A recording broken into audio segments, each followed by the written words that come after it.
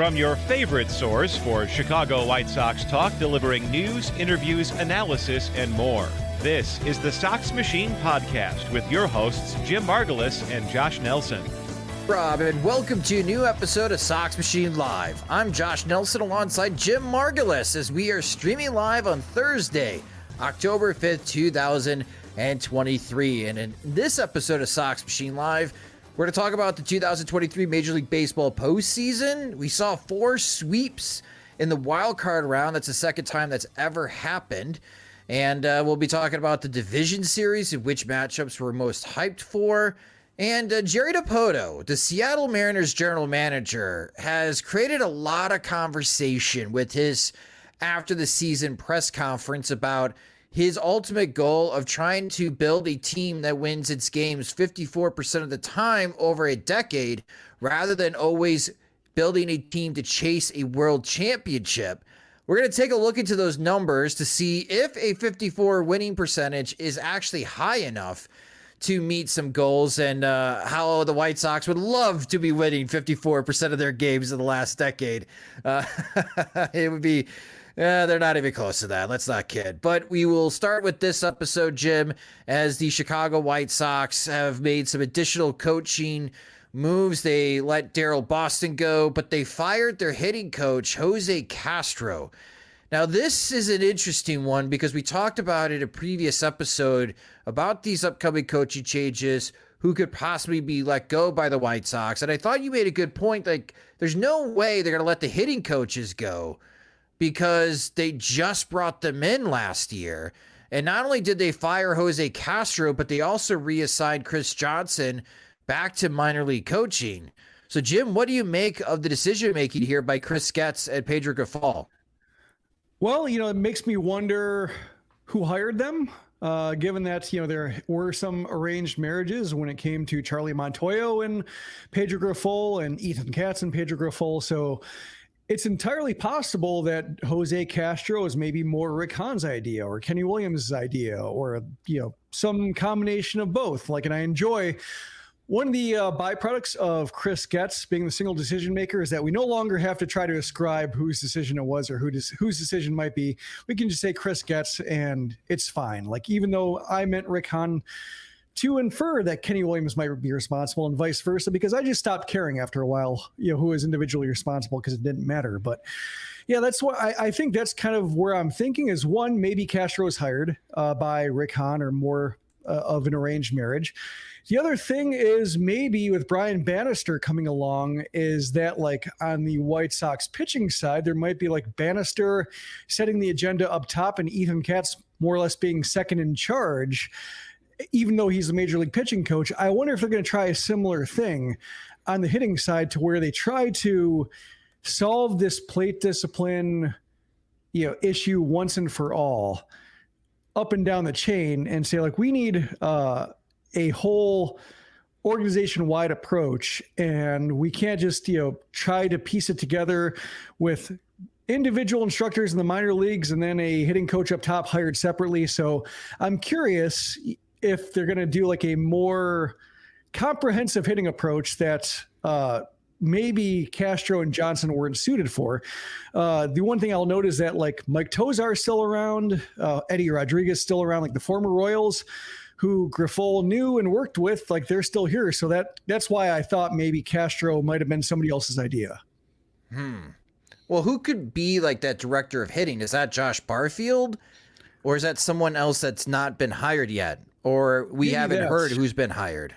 Or they want to hire hitting. Maybe it's it's not a Brian Bannister type who's the director of hitting, but at least somebody who's more in line with instructing hitting for various levels of hitters, especially say if they're going to be counting on minor league hitters coming up. They don't want another Oscar Colas coming up or Lenyn Sosa coming up and just swinging at everything, losing the ability to sort balls from strikes at the major league level. Maybe if they are going to be taking 2024 as a step back and thinking more along the lines of 2025 or later, maybe it's not so much trying to get results out of the guys who are already here, but more along the lines of trying to get somebody who has experience or patience, what have you, with working with hitters of varying experiences and also instructing other coaches down the chain so that maybe hitters who show up in Chicago are something closer to a finished product.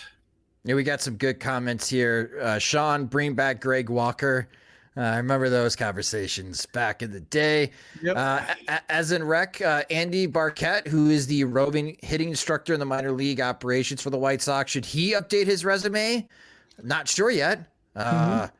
We haven't heard, and this is also a good point by Wayne. We're still waiting for Josh Barfield, as he mentioned that the White Sox need to hire a farm director still to replace Chris Getz. I get more on Chris Getz and who he would want to hire to replace himself within the organization. But yeah, we're still waiting to see who Getz is going to hire to replace himself as the farm director for the Chicago White Sox. But it is interesting because, like, to your point, like, was this a Pedro Grifol hire? I thought he knew Jose Castro well, but I mean, if you're going to fire your hitting coaches or reassign them, again, this is the graphic. We brought this up in a previous episode. The team OPS plus is the lowest it's been in a decade and the lowest it's been since 1986. So when you look at this graph, even if they've been on the job for a year, I could understand being like, this is such a terrible and poor performance that we need new people to come in to fix this. But it's only been a year. I mean, is that enough time for a hitting coach? I don't know. Maybe there's more to this story, Jim, but I'm a bit surprised that they did fire Jose Castro, and here we go. This is going to be the third straight season that the White Sox will have a new hitting coach. So much for the stability that Chris Getz really wanted for his players when he said that, that was the reason he had to stick with Pedro Grifol. So something to think about in terms of changing all the coaches around him, changing the way things are done. But like, Grifol is going to be the rock of this organization. And yeah, I think it's probably more a matter of like Reinsdorf doesn't want to pay two managers at the same time. He already did that before with La Russa and Grifol. So maybe one more year and then he'll be willing to cut bait, especially like if it's a case of Grifol looking just as clueless and unable to relate to the public and manage veterans as he was last year. We were hoping that the White Sox would have more official announcements as far as with these coaching changes, perhaps those that they're going to be bringing in. We do not have that information yet. We're waiting for the White Sox to announce it, but so far they're going to need a new first base coach. They're going to need new hitting coaches for next year. They're going to need a new bullpen coach as well. But it does sound like from reporting, especially from the Chicago Sun-Times and through their sources, that Ethan Katz, the pitching coach of the Chicago White Sox, appears to be staying on as the pitching coach for the time being. Now, that's the White Sox news. Let's talk about the 2023 Major League Baseball postseason so far, and the wild card round is over. I was a bit concerned with the timing of this episode, Jim, that we would be recording while the playoff games would be happening. And let's take a look at how we did in the wild card round with their picks. And we both went 2 for 4. So, Jim, you aced the National League, man. Mm-hmm. Missed on the American League. Yeah, so much for my World Series pick. Yeah, I should have followed the Monty Hall problem and just changed my answer from the Blue Jays once the postseason arrived. But there we go. Yeah, the American League East teams struggled. The Blue Jays only scored 1 run in 2 games, and the Tampa Bay Rays only scored 1 run in 2 games. So thank you, Texas Rangers, for making me look smart. I got 1 in the American League. I picked the Milwaukee Brewers, and the Brewers, their strategy of let's just score all of our runs in the first inning did not pay off. White Sox kind of tried that. Right? Yes, earlier in the year. Yeah. Yes, they did. And look how that worked out for the White Sox. And the Philadelphia Phillies, they look strong. They look really strong. And we're running the Sox Machine Pick'em Challenge on the website. We have many people who got 3 right. Nobody got 4. There are many submissions with 0 right. So we have nobody aced the first round. Nobody aced the wild card round in the pick'em. Many have zeroed out in the pick'em in the wild card round, but lots of 3. So good job, everybody. If you're seeing your username right now, and we'll keep track of that going into the division series. And with the division series, Jim, I think there's two really interesting matchups in both the American and National League. And I think the one that everyone is excited about, and I'm hoping it meets the hype, is the Atlanta Braves and Philadelphia Phillies again. That was a shocker last year. And it just, speaking of being a shocker of a result, it seemed like Atlanta last year, especially those games at Philadelphia, were shell-shocked. And when you watch the games against the Marlins, I mean, Bryson Stott's grand slam obviously knocked the wind out of the Miami Marlins. But that crowd has been a huge difference maker in the last couple of postseasons here. And here we go again. The Atlanta Braves have home field advantage, but I feel like if they stumble at home in one of those first two games, in games 1 or 2, and it's a tied series going to Philadelphia, I wonder if it's going to be deja vu again between the Phillies and Braves, in which, man, nobody wants to go to Philadelphia in the postseason because that home field advantage is serious. Well, I think the Braves are trying to adjust for that by saying, like, they want to maintain their sharpness. They want to open practices to the public. Like, they don't want to be siloed off. They were not ready, or maybe just a little bit resting on their laurels from winning the World Series the year before. And they just seemed like they were not prepared for the toughness of the Phillies or just the environment. So it does seem like they have a healthy respect for what they saw last year. And I think the Braves are probably as well suited as any team to deal with it, but it could be a case where, Citizens Bank Park's just insane. And one thing I was curious about while watching the postseason is thinking, like, when it comes to like baseball crowds, like the Twins got a similar rave, especially since they broke their 18-game losing streak dating back to 2004, like how into it that crowd was. I wonder, like, what the disparity is between like good crowds and bad crowds in baseball, and if like any other sport compares come postseason. Like college football, I think, is its own thing because of just how big those stadiums are and how like they can accommodate fans of every intensity instead of just corporate fans who can pay the most. But like, you heard about it when the White Sox, the few times the White Sox have hosted postseason games and done something well, that the guaranteed rate field basically shakes. You heard about it in Philly. You heard about it in Minnesota. You heard about it conversely because the Rays fans showed up late and it just kind of felt dead. You hear about it at Yankee Stadium sometimes with just how far away like the real loyal fans are from the stadium, whereas like the lower decks are all moated off for the high spenders. But like, I'm really curious just how it compares. Cause I think basketball arenas are all kind of standard. Hockey arenas are all kind of standard in terms of just, they're all pretty much, now that they're all like arenas that aren't like concrete and brick and wood, now that they all have cushioned seats and everything like that. Like I imagine the sound is more or less regulated into something like a pretty steady roar. But it seems like baseball, the way that writers have been talking about how different it is, seems like there is some room for fans to really differentiate what kind of environment teams are playing in and maybe make it tough, especially like if a team like the Phillies can get ahead early. Yeah, I'm glad you brought up the Minnesota Twins because I thought the Twins would win a playoff game. Neither of us had them winning that series against the Toronto Blue Jays.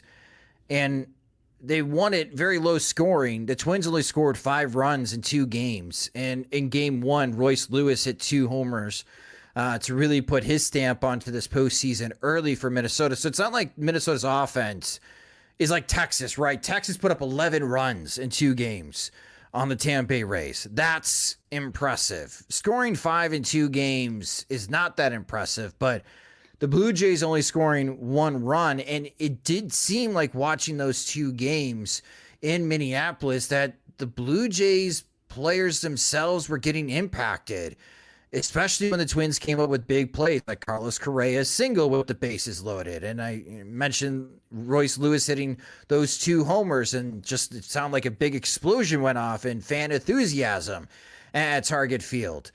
I'm with you. Like, I'm curious on how this is going to go because that crowd's going to be wild in Minneapolis for the Houston Astros games. And there's a big storyline with that, with Carlos Correa facing his ex-team, and we'll see on how that goes. But I'm really hyped for Philadelphia and Atlanta. I'm also really hyped with Baltimore and Texas. Like the Rangers offense, legit. You saw it in those 2 games against Tampa. Tampa defensively made many mistakes. I was really surprised by that and just how sloppy defensively the Rays were. But you can't do that when you're facing an elite offense like the Texas Rangers. And now we're getting 2 elite offenses against each other in the Orioles and Rangers. And we talk about crowd. I have to imagine the crowd at Camden Yards is going to be very energized, Jim. Like, I know that it's NFL season, it's football season now, and that dominates the TV ratings. But I really do hope more and more people watch the postseason baseball matchups here, because I think it's just going to be great theater, especially in the games in Philadelphia and the games in Baltimore. Especially with how fast the games are going. Like, that's, I think, another element of these games that could be just affecting how loud they are, is that the games are moving faster. Fans maybe aren't getting tired of clapping and raising their energy level. It's more of a sprint for them than a marathon in terms of like sustaining volume over 4.5 hours, 5 hours. So that could be another thing where it's just coming through the TV. Like, oh, everybody is more urgent in terms of just trying to get in all that they can over this compressed time window. And like the other play that jumped out to me is Vlad Guerrero Jr. getting picked off second base, taking the bat out of Bo Bichette's hands. And like, that was another one where it just seemed like once that happened, just the Blue Jays were done, because of just, it went from mild tension and a little bit of silence to just an explosion in the crowd. So like, that's a case of, to me, of just this, the pitch clock, the pace of play initiatives just really, we'll see what happens over a 7-game series and such versus a 3-game window where like is like pretty much every game almost feels like an elimination game. But like it stands to reason that there could be a case of just like this. Everybody is worried. Not, I shouldn't say everybody, but a lot of people worried, like, would the pitch clock sap the drama? And like, well, if the crowds are louder and the crowds are more intense, like that'll make up for just the endless close-ups of pitcher and hitter and manager and fans going like this. So I'm looking forward to that over the course of like a longer series and into the World Series. That's a great point, Jim. That is a great point. I think it was it Baseball Not Boring, or was it the Chris Rose show when he had Kyle Gibson on with the Baltimore Orioles? And Gibson, because they asked him the question about, are you cool with the pitch clock staying the same in the postseason? And I thought Kyle Gibson, he provided a very thoughtful answer in which initially he was against it because it's the postseason. You need to give guys time to breathe. But as he got more used to the pitch clock and he thought about it some more, no, he changed his mind and he was against it, because you should keep the same pace as you had in the regular season into the postseason. And it may keep fans more energized and involved in the games. And so far in the wild card round, we definitely have seen that in Minneapolis, and we have seen that in Philadelphia. Where we did not see that is Tampa Bay. I know you touched on it. This is a big discussion point. And I'm wondering if this is going to be used in future owners' meetings, especially because the Rays right now are trying to get enough money here to build a new stadium. But that new stadium appears to be within walking distance of where the current one is in St. Petersburg. And there's a lot of people questioning whether or not St. Petersburg, Florida can actually support a Major League Baseball team after what transpired as far as attendance-wise of the wild card. Jim, it's got to be tough, man. I mean, it's 3:00 in the afternoon, weekdays. I mean, not everyone can call off sick. And I know everyone is old in Florida. And listen, you can't fill a stadium with 30,000 senior citizens and be rattling cowbells like some of the Rays fans do and try to drum up some noise. They're not going to do that. Mm-hmm. But I'm wondering if these 2 games is going to be used by some of the MLB owners when the Rays ask for some money from the league to help build a new stadium. Are we sure that we still want to keep the Rays in St. Petersburg? Like, I could see that discussion brought up.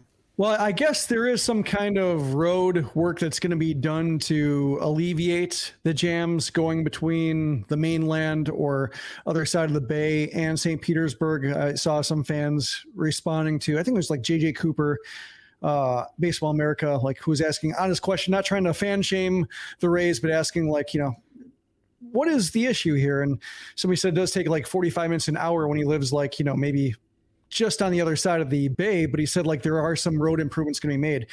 The thing with road improvements is sometimes they think that, things are going to improve, and then that just opens a road for more cars to get in, and then just the demand never alleviates. Just the supply of cars keeps going up, that keeps the jams coming. So there will be a little bit of reason to suspend judgment to see if that does make a difference, or is it a case where like it makes a difference briefly and then all of a sudden like, oh, it's easy to move, and then people, the population reacts accordingly and commute time slow again.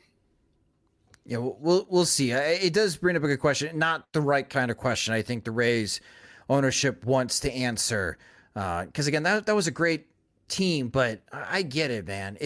Tuesday, Wednesday, 3:00. Tuesday, Wednesday playoff games, if the White Sox ever hosted them. Here in Chicago at Bridgeport, that'd be tough. Again, not everyone can take the day off or get the day off with PTO as we get near to the end of the calendar year. So it would be tough to fill up the stadium. So I get it. I just hope that there's not too much shaming to Rays fans, because even though they are on the smaller side, there is a big diehard contingent of Rays fans. And with the division series, a look at the upcoming schedule. So it's got to all start on Saturday. We're going to get 4 playoff games on Saturday, and it's going to start with Texas and Baltimore, and then Minnesota and Houston. Those games will be the Fox Sports Network. And then the first games of the National League Division Series will be at night. Those will be on TBS with the Phillies and the Atlanta Braves, and then the Arizona Diamondbacks at the Los Angeles Dodgers. That should be a pretty interesting series, an intra-division series between those two, both the National League ones. You got like the NL East bracket and the NL West bracket now for the remaining of the postseason. So should be a great one. Again, we'll have 2 playoff games on Sunday towards the later in the evening, and then Monday night, the National League will have the spotlight, and then Tuesday night, the American League takes the spotlight again in Game 3, as those games will be on Fox. So after a day of not having any baseball, we'll be having baseball coming up here shortly, starting on Saturday with the division series, both in the American and National League. So really looking forward to that. Of course, we'll be recapping on how those games go over the weekend on the upcoming Sox Machine podcast. But Jim and I are going to take a quick break for a word from our sponsors. But coming up next, the Seattle Mariners general manager, Jerry DiPoto, made some headlines with his postseason press conference. We're going to be talking about what he said and his philosophy next on Sox Machine Live. There's no I in team, but there is one in Indeed, and that's the hiring platform that you need to build yours. When you're hiring, you need Indeed. Instead of spending hours on multiple job sites searching for candidates with the right skills, Indeed's a powerful hiring platform that can help you do it all. One of the things I love about Indeed is that it makes hiring all in one place so easy, because Indeed does the hard work for you. They show you the candidates whose resumes on Indeed fit your description immediately after you post, so you can hire faster. Join more than 3 million businesses worldwide that use Indeed to hire great talent fast. Start hiring now with a $75 sponsored job credit to upgrade your job post at Indeed.com/Blue Wire Sports. Offer good for a limited time. Claim your $75 credit now at Indeed.com/Blue Wire Sports. That's Indeed.com/Blue Wire Sports, and support the show by saying that you heard it on this podcast.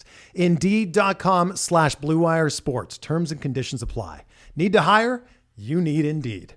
The biggest acts are visiting Chicago this summer, on top of all the baseball games and other great concerts, theater shows too. It can be quite the chore and headache trying to secure tickets to all of these shows and events. Buying tickets shouldn't be stressful. Use Game Time to purchase your tickets. Game Time is the fast and easy way to buy tickets for sports, music, comedy, theater near you. They've got killer deals on last-minute tickets, and their best price guarantee helps eliminate stressing over tickets. If you find tickets in the same section or even row for less, Game Time will credit you 110% of the difference. That's why Game Time is the fastest growing ticketing app in the country. Download the Game Time app, create your account, and get $20 off your first purchase using our promo code Sox Machine. Terms and conditions apply. Again, create an account and use our promo code Sox Machine for $20 off your first ticket purchase. Game Time. Last minute tickets, lowest prices, guaranteed. Go back to Sox Machine Live, and Jerry DiPoto made some headlines with his postseason press conference, and this is what he had to say when asked about if this season was a success for the Seattle Mariners.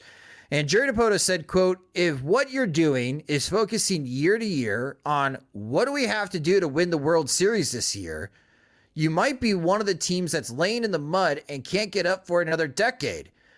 So we're actually doing the fan base a favor and asking for their patience to win the World Series while we continue to build a sustainably good roster." Now, that's what Jerry DiPoto said, and boy, that made some Seattle Mariners fans angry, because DiPoto would add on that his goal over a decade is to have a winning percentage of .540, so winning 54% of the games over a decade. Now, as two people who cover the Chicago White Sox, Jim, I would love for the White Sox to have that type of success.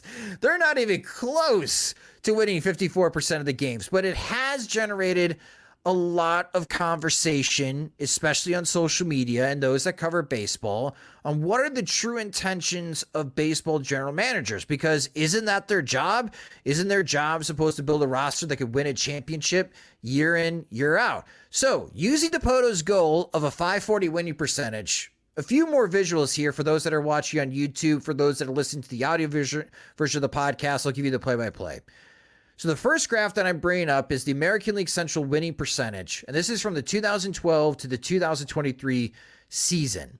And what the records, the winning percentages are for each place in the division, all the way from the division winner to last place, fifth place. And what that has been over the last 12 seasons, including the shortened 2020 season. And as you can see, for those that are watching with the DiPoto goal, most of the time, if you have a .540 winning percentage, you're in second place in the American League Central. And when you look at the American League wild card, since the wild card has expanded, now we have 6 teams. When you look at the wild card, more times than not, you're not going to make the playoffs via the wild card with a .540 winning percentage, which comes out to be about 88 wins. So for the American League Central, from 2012 to 2023, the average wins by place for the division, the average division winner has won 94 games in the American League Central since 2012. Second place has been 85 wins. So if you're averaging 87 to 88 wins per season, you're going to be finishing second place in the American League Central. Third place, for those interested, is 79 wins. Fourth place is usually 68 wins. Last place, the average has been 63 wins in the American League Central. And continuing this, looking at the DiPoto goal results since 2014 to 2023, so the last 10 seasons, if Jerry DiPoto was a GM and he was able to achieve this consistent winning percentage of winning 54% of the time, would have won the American League Central this year over the Minnesota Twins by a game, and would have made the postseason in 2022, and would have made the postseason from 2014 through 2017. But you would have missed the postseason 4 straight years from 2018 to 2021, and many teams outside of the White Sox would probably fire you as general manager if you missed the postseason 4 straight times, if that was the expectation from ownership. So from a White Sox perspective, when I'm looking at this chart of like the last 10 years and being able to say, wow, if the White Sox had a .540 winning percentage, Jim, they would have made the playoffs with this format 6 years. Like out of the next 10 years, the White Sox would make the playoffs 6 of those years. We would take that in a heartbeat, Jim, in a heartbeat. So I get what Jerry DiPoto is saying, but from a Seattle Mariners fan base perspective, that's just so hungry for postseason success And for a lot of fan bases around Major League Baseball, think like the Yankees, the Dodgers, the Braves that have had this type of sustained success or better, scratching their head and being like 540 winning percentage, that's not good enough. Like, what do you make of what Jerry DiPoto said? And is this applicable? And do you think this is a shared sentiment amongst many of the MLB GMs? I think it makes sense in the big picture. I think for like maybe an owner, that makes sense to say like, you know, a 540 winning percentage over 10 years, because like baseball is a zero-sum game. So that means like if half the teams are winning at a 540 clip, half the teams are winning at a 460 clip. And so you'd rather be the 540 team than the 460 team. And that's usually okay. The problem with a GM saying it or president of baseball operations is like running into the same problem that we ran into with Rick Hahn, prioritizing flexibility and saying like, well, we can't spend on Bryce Harper, we can't spend on Manny Machado because that would like ruin our financial flexibility. And we want to build a sustainable winner. And like Hahn didn't do that, didn't use his flexibility. You realize it's just an excuse not to spend money. And sure enough, like they're not even around to be even halfway into Bryce Harper's contract. Like they were so worried about like what it'd be like in year 10, and they didn't even get there because thankfully Reinsdorf pulled the plug on him. But that's, that's, I think part of it is just GM shouldn't look at that big of a picture. Like GM shouldn't be worried about 10-year outlook for their product. They should be worried about like 5 years. Yeah. And depending on like when they get there, maybe 5 years is too much. Like if you are like, say Jerry DiPoto's fired and you're given the keys to the Mariners, you're not saying 540, you're saying like 580, 600. You're looking at that team saying, we're on the doorstep of being great. Let's make this team great and let's shoot for 600. And then like, say if you're the White Sox, if you're taking over from Chris Getz, you're like 400 would be a dream basically. Then, it might not make sense to try to get to the World Series as fast as possible when you're dealing with that size of a mess. It might take 2 or 3 years to untangle, and then you'll see what the best road forward is and like when to push and what areas to push with. So like, that's, I think, what the problem is. It makes sense from a certain perspective, but like, I don't want my GM talking in 10-year increments because that's terrible for the fans. Like they shouldn't be so comfortable as to say, I need to wait until 2030 to really understand how my vision's going. Like the results should be a lot sooner. Like Dave Dombrowski, like he's been, and we just saw in the comments here from Asner saying Dave Dombrowski nods with enthusiasm. Like, yeah, he pushes the gas pedal when he sees an opportunity. And if it doesn't work, like he accepts his firing and moves on to the next team that really wants somebody like him to press on the gas pedal. And John Middleton happens to be an owner with the Phillies who doesn't really care about profit margins and is more worried about the big picture of like having some championships to hang his hat on and probably franchise value to go along with that, to say like, if I turn a profit, nobody cares. And so like, that's the perfect match of a team that has the, talent on hand to go for it, a general manager who knows how to go for it, and a forgiving owner who says like, if it doesn't go perfectly the first time, let's keep pushing. And sure enough, like even last couple of years, firing Girardi and then rallying from that and having the lackluster first half with Trey Turner not being great, and all of a sudden Trey Turner's invincible, and now they look like as tough as any team in the postseason right now. So I think that's what every fan of a contending team wants to see, is when that opportunity is there, push for the World Series. And nobody's gonna be thanking Jerry DiPoto for worrying about the team's state in 2029 because of chances he didn't take with a perfectly good roster that somebody like Cal Raleigh wants additions to in order to try to strengthen the team against very venerable opponents in the American League and even in their own division with the Rangers doing that push with premium talent. So yeah, I mean, like it seemed more of a speech to the owners and the fans, but to say like, fans should be thanking me is just very tone deaf. And if you're DiPoto, and you've been probably more good than bad for that franchise, although he makes so many trades, it's hard to know like if he was like a little less active, whether like the team would have come together sooner, that like, maybe he'd be in okay standing if he just did some bland fan-sided speak and say, we're gonna make additions and we want to make sure that we don't, ruin our core, but like if we find opportunity, we'll push. And everybody would have shrugged off and realized he said nothing. But to have that kind of, that's, I think, where Han started to lose people is when like the smugness and the smarm turned up in place of actual accomplishments. Pedro Grifol, same thing. Like when he was getting smarmy and like, what have you done? And I think DiPoto, like, he hasn't accomplished enough to get real smug and entitled with that fan base that just wants to see more from that ownership group. Yeah, I mean, they missed the postseason.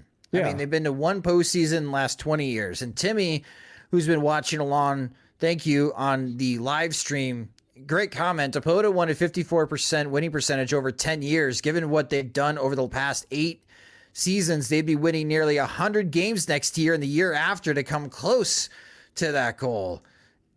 I think the timing is odd, but I enjoy the discourse. Like, as a general manager and even ownership, is a 540 winning percentage good enough?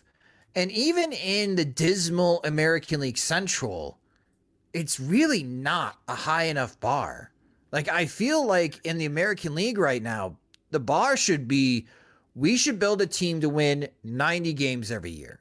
And if we can win 90 games every single season, we're going to give ourselves a chance of reaching the postseason, whether that's a division title. And as I already displayed as far as the visual for those watching the video, sometimes you win the division with 90 wins in the American League Central. More times than not, you don't. But you could get one of those 3 wild card spots now with the expanded postseason.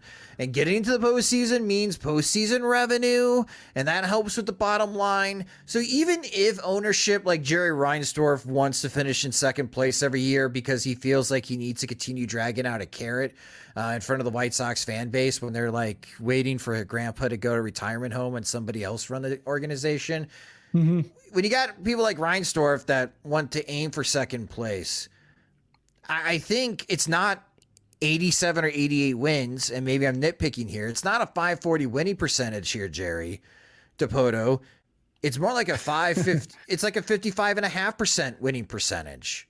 I think you got to try to win 90 games every year in the American League if you have serious aspirations of reaching the postseason every single year. And if you're one of those guys that's like, listen, the postseason is a crapshoot, Jim. Random things happen. Maybe my team, an offensive juggernaut, wins 99 games this year, but they score 1 run in 2 games. There's not much I could do as a GM at that point. I built a great team that won 99 games. They just didn't do anything in the postseason. Even if you still believe in that, you should, as a GM, you should still try to be making the postseason. And I think in the American League, 90 wins is the target. Yeah, I thinking about like 540 over 10 years, I think, it makes a little bit of sense just because like it's hard to go like more than a standard deviation above 540 winning games. Like Baltimore had a 623 winning percentage at the very top of the American League.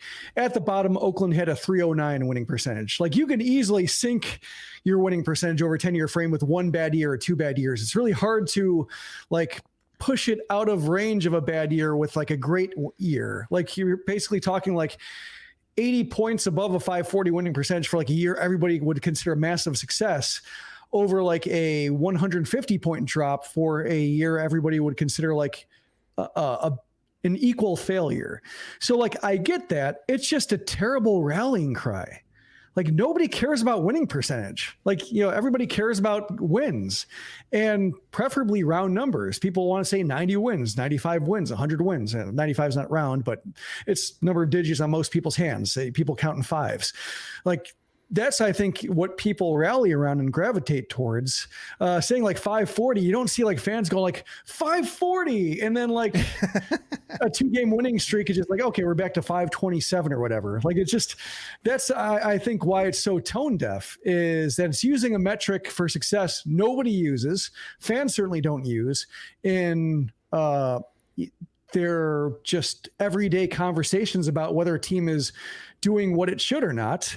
And that's why, like, it's just, he's speaking a language nobody else is. Maybe the front office sees it, maybe fellow general managers see it, and it's very much like a party line for what Seattle's owners want to say or what other GMs want the measuring stick to be, or at least, GMs of teams that are like worried about arbitrage and, maximizing opportunities versus like, shoving a window open or just, brute forcing it the way that Dombrowski does. So that's why like, it's so dumb. Like, it's just a dumb conversation because like, it just prioritizes what fans don't. And, unless it just helped him get like a 2-year extension or something like that on his contract from, maybe it makes sense personally for him, but like in terms of relating to the fan base, it absolutely doesn't. No. And again, that Seattle fan base is hungry for more.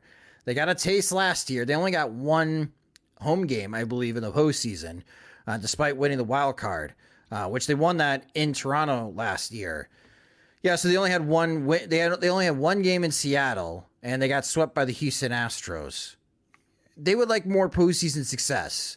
Yeah, a .540 winning percentage over the next decade for White Sox baseball would be wonderful. I think it would keep up interest in White Sox baseball a lot more than what we are starting to see in season numbers. Major League Baseball raving about the best attendance in years across teams. And then there's the White Sox, who averaged fewer than 4,000 fans per game, one of the biggest drops in Major League Baseball. Look at our local TV ratings, everyone.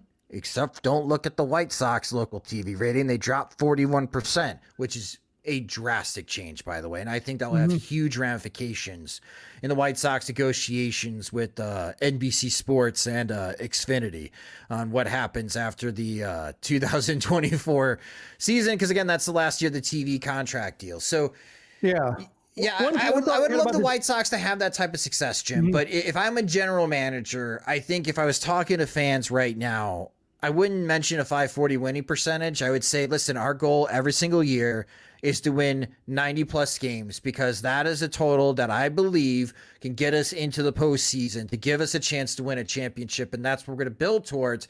This year, we didn't hit that goal, and that's why we're sitting at home instead of in the postseason. And I think fans would be like, okay, yeah, I buy into your thinking. I'm still on your side. Find a way, Jerry. Make some moves.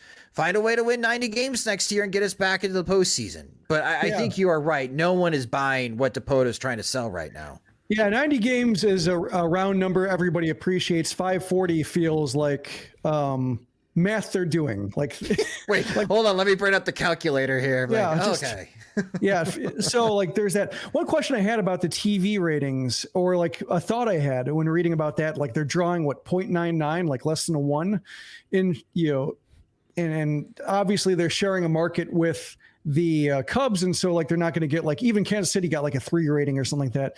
White Sox are right below 1. So it might be rounding down to 2 now for Kansas City. But like one thing I wondered is like with how many alternate broadcast pairings the White Sox had, like whether it was Len Casper in the booth and Steve Stone, or it was, Len Casper by himself in the radio booth because Darren Jackson was out, or it was Mike Monaco. Just, they had all these kind of random permutations, and, seeing the White Sox drawing less than a 1, like part of me wondered, like, with the contentious negotiations with Jason Benetti, like in terms of like, this is going to come up in terms of TV ratings and being like, we need our broadcast to be there every day. Like part of me did feel like it feels cheap when it's like a fill-in broadcaster on both sides. There's like a pairing you don't know, and it's like a team that's out of it. And there's just, it feels Oakland A's-ish to me to have mismatched broadcast booth when they're not winning and when the TV ratings reflect that. But I'm curious